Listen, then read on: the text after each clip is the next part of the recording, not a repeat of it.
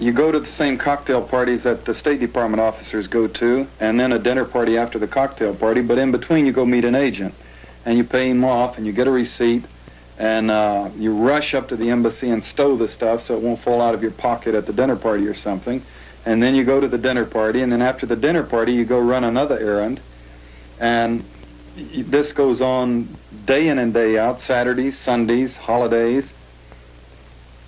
And when you begin to see that the organization as a whole is very sloppy and poorly run and the standards are very low, it's hard to stay motivated. It's hard to keep thinking it's worthwhile. And you really get to a state where you just really don't want to have to lock everything about your professional life in a safe and lie to all of the people you know about who you really are and what you're really doing and what your real dreams and aspirations and promotions are, and be able to complain to them about your failures or problems.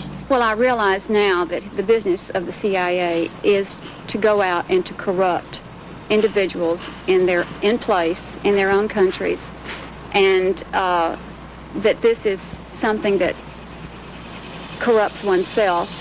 This was going against his upbringing, which was a strong Christian, very moral background, and he was coming into conflict with himself, hating himself, angry with himself. You know, I would like to present myself as a man of intense principle who saw bad things and immediately resigned in disgust, but my career was obviously going quite well. I had the prestige of people coming to me for jobs, coming to me for advice, inviting me to lunch, wanting to play tennis with me.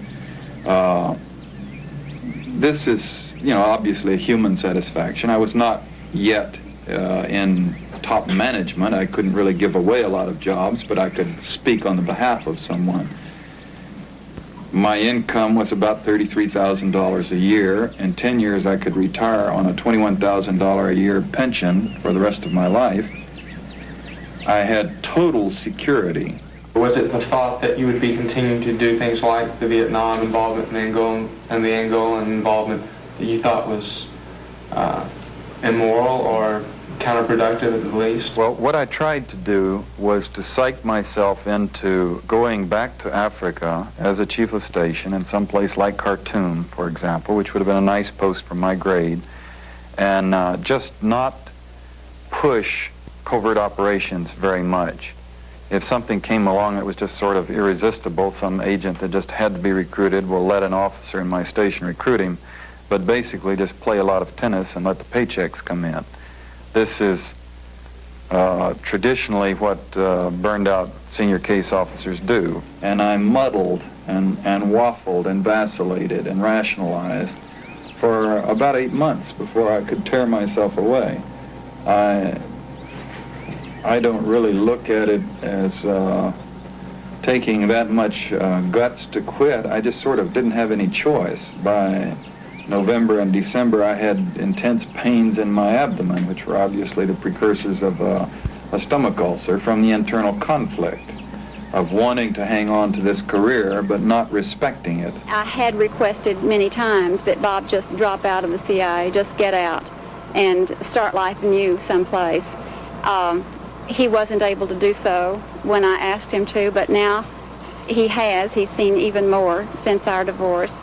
And yes, I do feel vindicated when a man comes back and says you were right all along. Everything you ever said was right. Everything you ever said about everybody who walked into our house was right. What lessons did you learn from your dad's experience? Well, of course, it brings up values just all over the place.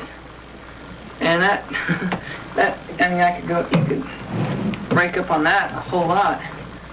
But, you know, and listening to him right now, I'm learning this is something else. What's your reaction to CIA now, Mel? I think up high they're slobs, and then, you know, down in the lower, when you get down into the people who are actually out in the field, then they would do the working, you know. It strikes me as, you know, very inefficient, crooked, really just sloppy organization. I was not a man at peace with himself. And since I resigned, I do not feel in a position of conflict. I feel in a position of being at peace with myself morally.